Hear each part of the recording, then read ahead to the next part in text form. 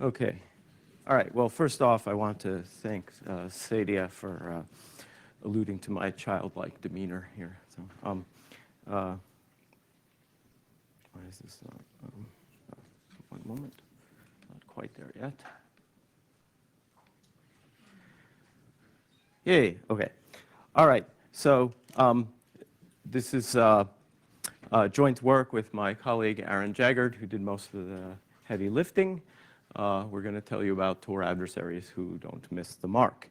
The main takeaway I want you to get from this is that adversaries in existing Tor research and, in fact, design have, I would say, to a large extent, overlooked goals and strategies of what I would consider very realistic adversaries for the primary set of Tor users. And because of this, we've significantly misevaluated and misconstrued risk.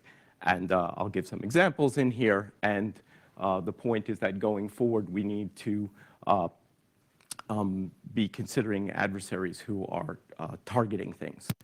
So the traditional Tor adversary we look at is an end-to-end correlating adversary who can look at the patterns of bits at both sides, or if you're looking at fingerprinting, the pattern of bits on one side, and thereby de-anonymize. And this is the main thing we often look at. And so if you're looking at it on the relay level, that means you're looking at the guard nodes and the exit nodes primarily. All of this research, I would say, well, not all, but for the most part, it takes what I would call a hoovering strategy. The most successful adversary is the one who compromises the most circuits, the largest fraction of traffic. That's the biggest win, and that's what we worry about. Now, for most users, that's maybe not a bad approximation, but the truth is, for most users, Tor is slightly overkill. The list at the top here is off of the Tor project homepage. These are the kinds of users that Tor is supposed to protect against. And this is, in fact, the kinds of users for whom we designed and invented onion routing. But these people are not just facing hoovering adversaries. They may have quite serious nation states or large criminal organizations that they're up against. And they're not just looking out for whatever. They may be interested in you. Hey, this guy's doing something. I want to figure out what's going on here. We heard about from, was it Bill Marzak's talk on Monday? He was talking about targeting things where they'll send threatening stories about your daughter's injuries and stuff. So the question is, if we're looking at Tor, what are some examples of targeted users then, and what would targeting attacks against them look like? So in this talk, I'm going to give you a couple of examples. First, of a cabal meeting on a private IRC channel, and then the attacks will be attempting to learn about that. I'll also compare this to some work on looking at IRC users using a more hoovering strategy. And then next, I'm going to give an example of targeting the users of a particular onion site.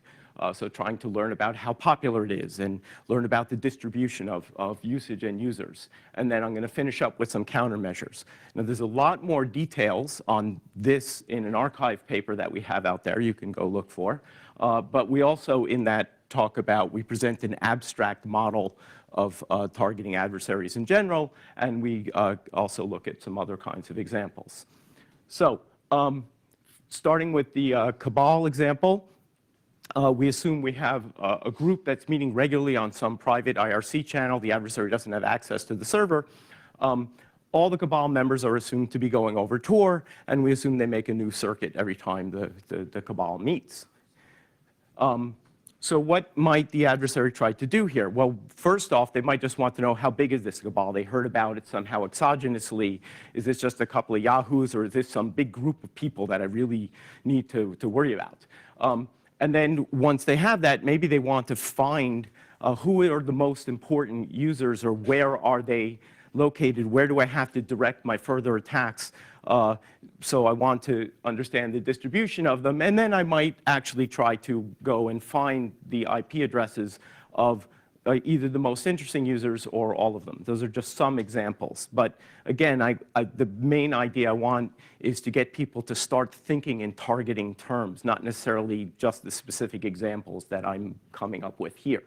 So unlike the usual strategy of focusing on the ends, which is what happens in hoovering, in the example of targeting attack that we looked at, first step would be to try to compromise as many middle relays as you have, bandwidth for, say. And then once you do that, every time the cabal meets, well, if a circuit's going to go through you, now you can see the guard, because you're the middle, of, say, a cabal member. So now you've identified that guard, and then you just watch over meetings over time, and you'll just get this list of guards. And then if you choose, then you can go and, if you decide to do so, try to bridge or compromise the relevant guards. Now, this, of course, depends on some assumptions. How do you know if you're the middle node that actually that circuit is the circuit of the targets? Well, we're making some assumptions. One is that the compromised middle relays that you own roughly proportional to the fraction of middle relay bandwidth you own. We assume that you're also targeting some relevant cabal. You already know about them for some reason. This might be for a couple of different reasons. Maybe you already own one of the cabal members, in which case you already know the number of people there. That you've already won that part. But you don't know where they are, where their guards are and stuff, and you will know things about how active different parties are. But maybe you don't even have that. Maybe you heard about it somewhere, but you have realized you have one of the cabal members, but you don't actually have access to his computer. You just have access to, say, his ISP or his guard.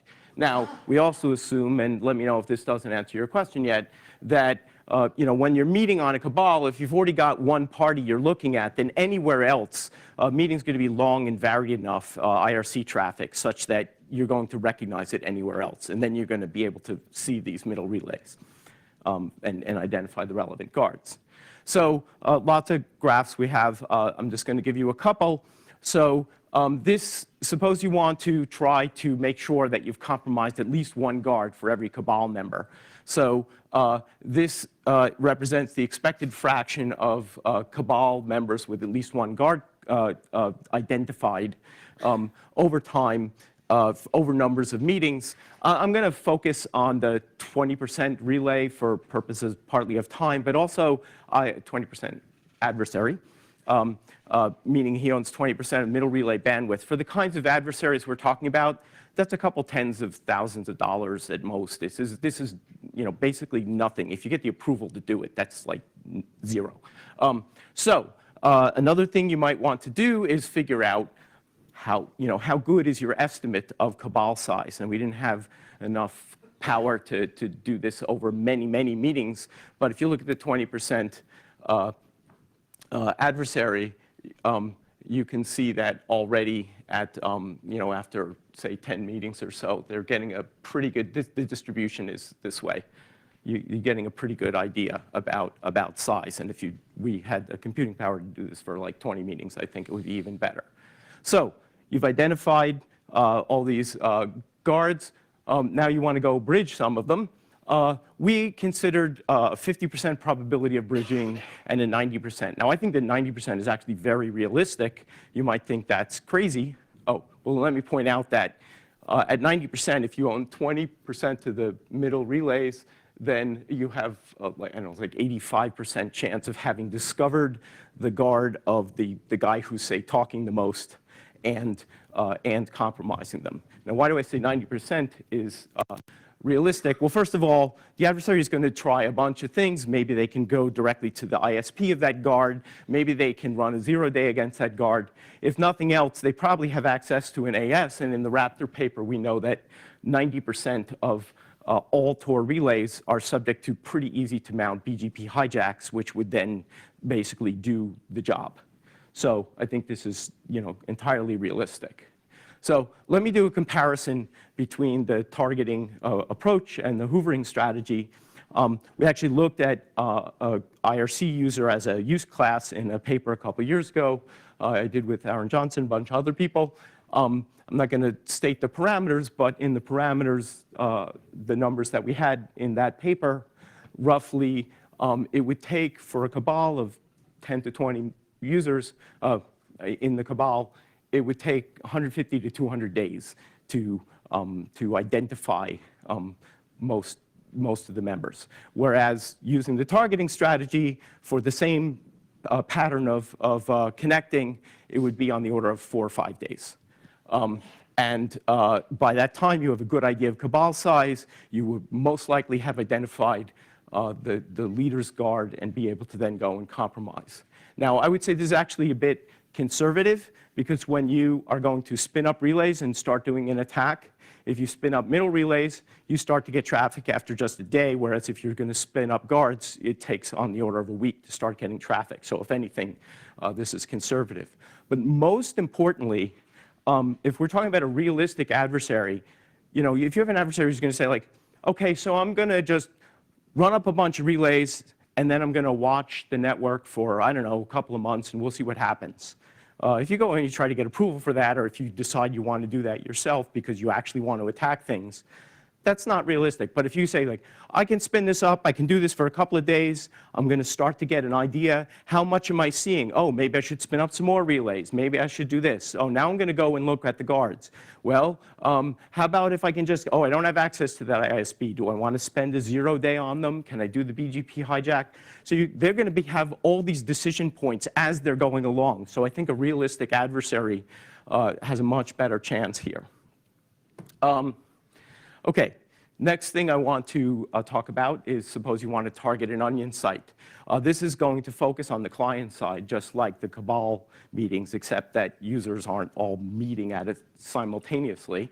One thing I want to note is that all the different things we've done to try to counter estimates of measuring onion sites and hiding them and stuff doesn't do anything against any of this. Now, before I can explain this, I have to take a little diversion into some population ecology stuff. So suppose you have a lake full of fish of some species, and you want to be able to figure out how many fish are in the lake. So what you can do is you can go and you can catch some fish, and then you can tag them. And that's great. Now you have some fraction of fish, but you don't know how many fish you've got. So what you can do is you let them swim around a little bit such that they're, hopefully representatively distributed, and now you capture a bunch a second time, and the proportion of tagged fish to the numbers you catch the second time is the same as the proportion of the number you catch the first time to the entire population, and thereby you can figure out the entire population. So that's great. Why the hell am I talking about fish? Well, it's because if you take n to be the number of users, the capital N, visiting more than m times per day. And I say more than m times per day because somebody might happen upon that accidentally, or increasingly there's entities who are out there crawling as much of onion space as they can get. And so they're going to be hitting it maybe a couple of times a day. You don't really care about them. You don't want to count them. But maybe you want to find the people who are going there often. So you let n be the number of users visiting more than m times per day. And then the first capture will be the number of guards seen originating more than m connections per day to the targeted onion site. And then you run the experiment again later, and k will be the number of guards in the second time seen visiting more than m times per day. And the tagged guards effectively are the ones that you saw both times. So you can use these techniques and to get an idea. Now, an important assumption here is that website fingerprinting from middle relays is effective. I think this should be straightforwardly obvious. Fortunately, there was some research that was presented at Oakland recently that showed that 99.98% accuracy of this kind of thing. So I think that assumption is well grounded. So we did some experiments and looked at basically, suppose you had roughly a normal-sized Tor network, and then you had two types of clients: those who might, say, go to a site just twice a day, and those who would go to a site, say, 10 times a day. And how well does the adversary do in estimating the number of interesting users? And you can see, if you look again at the 20% adversary, that the median here is pretty close to the 25. So they have a pretty good idea, and this part represents the distribution. So this is, again, I think reasonably effective at finding onion site users. Now, so what could you do against this? One thing is layered guards. This is something we've looked at for other reasons, but we haven't really seriously considered doing this on the client side entirely. That will make it hard to identify the guards of individuals. It's not, I might point out, going to do anything against hiding the information about the popularity of a given onion site, as long as there's any part of the circuit which is chosen on a per circuit basis. So like if the rendezvous point is chosen randomly each time, you're still going to be able to do a version of this. Something else you might do is randomized selection of guard set size and duration. The less you can predict from seeing a guard, the more that might help. Something I really want to follow up and experiment on, though I have not yet convinced my colleagues this is a good idea, is to create standardized traffic templates for onion services so that you're not going to hide the fact that this is an onion service, but now you're going to have all the onion services. If you can have a handful of traffic templates, and since this could be standardized, they could even communicate with this to the client, who will then also engage in the standardized behavior. And now they're all going to look kind of the same. Stuff that I have not yet looked at in this work, network links. I've only looked at the relays. I haven't done anything with dynamics of the relays, of the internet routing going on, or of the client's behavior. And I haven't looked at, so far we've only looked at examples where you say, okay, here's a destination or a group, and we want to find out about that group at the destination side. What we haven't looked at specifically is examples where you say, okay, this guy seems interesting. What can I find out about where he's going? So that's it. Hit me with your best shot. Fire away.